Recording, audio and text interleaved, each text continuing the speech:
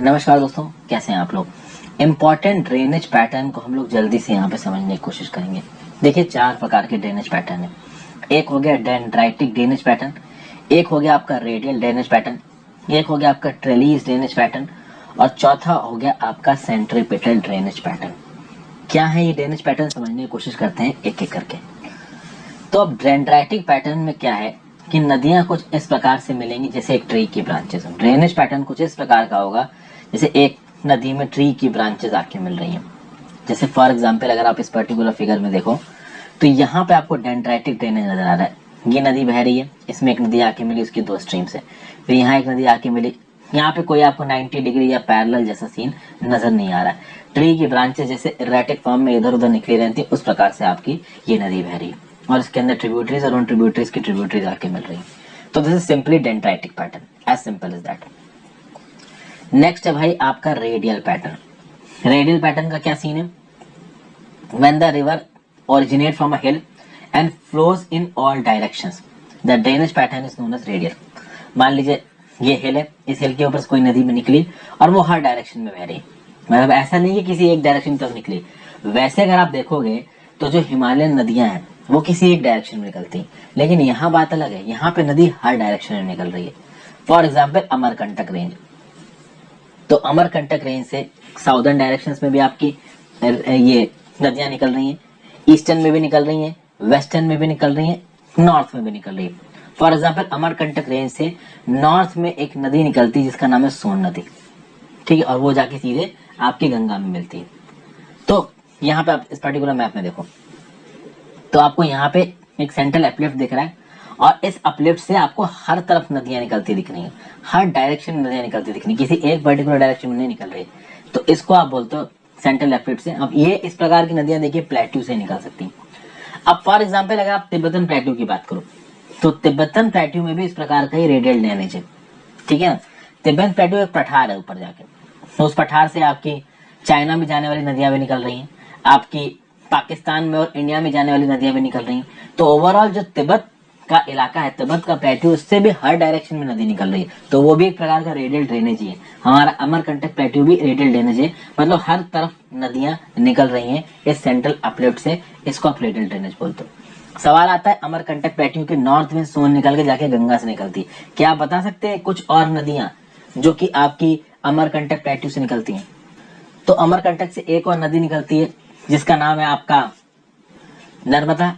नर्मदा के just south में बहने वाली जो तापी नदी है वो भी आपकी अमरकंटक से निकलती है। तो वेस्टर्न फ्लैंक ऑफ अमरकंटक से निकली नर्मदा तापी, नॉर्थ में सोन।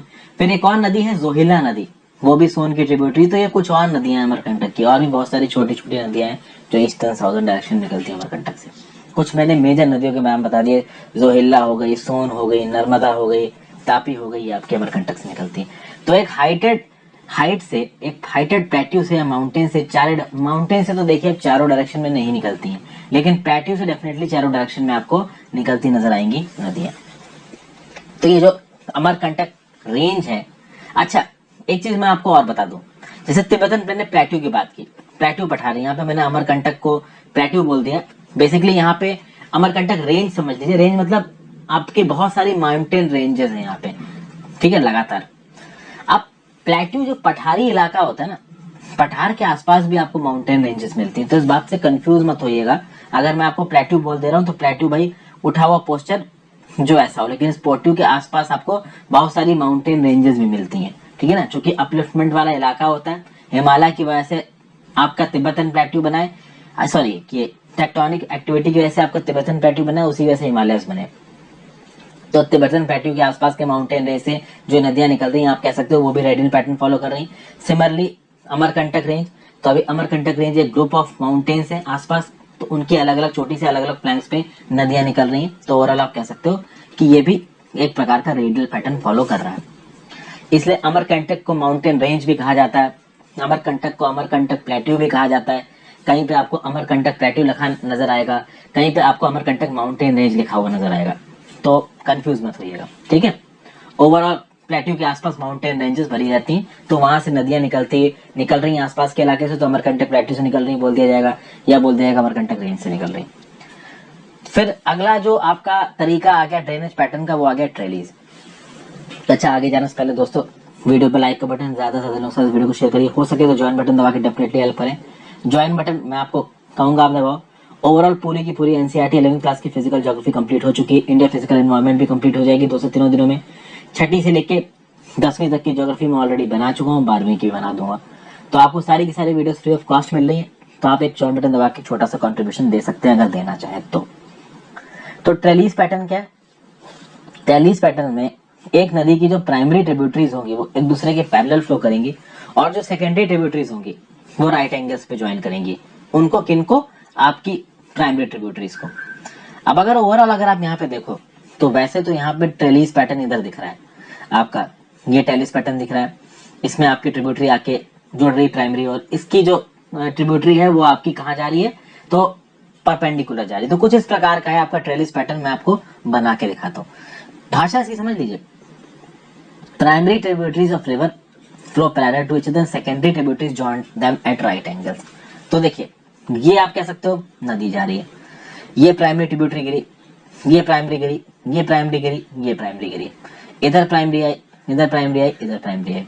तो प्राइमरी ट्रिब्यूटरी ये वाली इसके पैरेलल, इसके पैरेलल, इसके पैरेलल, ये वाली इसके पैरेलल, इसके पैरेलल, इसके parallel.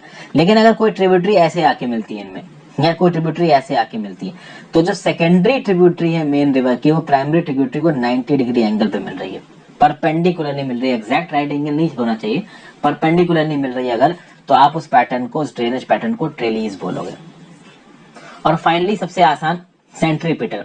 When the rivers discharge their waters from all directions in a lake or depression, the pattern is known as centripetal.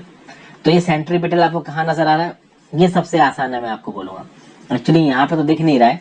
Centripetal में आपको ये बता देता हूँ कि मान लीजिए एक कोई वाटर बॉडी है, कोई वाटर सोर्स है, इसमें बहुत सारी नदियां आके अपना पानी डिस्पोज ऑफ कर रही हैं, ठीक है। तो ये आपका क्या हो जाएगा? सेंट्रीपिटल आपका ड्रेनेज पैटर्न हो जाएगा कि एक बीच में वाटर बॉडी है और इसमें बहुत सारी नदियां आके अपना पानी डिस्पोज ऑफ कर रही हैं, तो इसको आप बोलोगे centripetal drainage pattern. The rivers discharge the water from all directions in a lake or depression, the pattern is known as centripetal. इस पर्टिकुलर फिगर को देखो दोस्तों, तो बीच में आपको एक वाटर बॉडी नजर आ रही है और इस वाटर बॉडी में बहुत सारी नदियां आके मिल रही हैं, तो ये सेंट्रीपिटल पैटर्न है। अच्छा, इंडिया में कुछ एग्जांपल्स पता है क्या आपको सेंट्रीपिटल पैटर्न के? मैं आपको बताता हूँ। मणिपुर में एक लोकटक लेक है, लोकटक लेक एक सेंट्रीपिटल पैटर्न है। अब आप बोलोगे सर लोकटक लेक में कौन सी बड़ी नदी गिरती है? जरूरी नहीं है कि कोई बड़ी नदी गिरे, छोटी नदियां भी आके गिरती हैं। छोटे छोटे रिवुलेट्स, छोटे छोटे वाटर स्ट्रीम, छोटे छोटे नाले भी अगर आके किसी सेंट्रलाइज्ड वाटर सोर्स में गिर रहे हैं, तो उसको भी आप सेंट्रीपिटल पैटर्न बोलते हो। कुछ इस प्रकार का सेंट्रीपिटल पैटर्न आपको सांभर लेक में भी मिलेगा, जो कि आपके राजस्थान में। लोकटक लेक आपके मणिपुर में। आपको मैं एक होमवर्क टाइप का देता हूँ, आप मुझे नीचे कमेंट बॉक्स में 3 से 4 ऐसे नाम बताओ सेंट्रीपिटल पैटर्न के। सेंट्रीपिटल पैटर्न का आप कोई भी एग्जांपल दे सकते हो, जो भी अपने आपको आपके हिसाब से सही लगे। सेंट्रीपिटल पैटर्न के कुछ एग्जांपल्स आप मुझे नीचे कमेंट बॉक्स में दीजिए, मैं भी देखा हूँ कि आप कितना मेहनत कर रहे हैं। क्या मेरी इतनी मेहनत कर रहे हैं जितनी मैं पढ़ाने मेहनत कर रहा हूँ, उतना क्या आप अपना वैल्यूएशन कर रहे हो? ये मुझे आप नीचे कमेंट बॉक्स में कमेंट करके अपना आंसर दे के बताओ। Thank you for watching friends.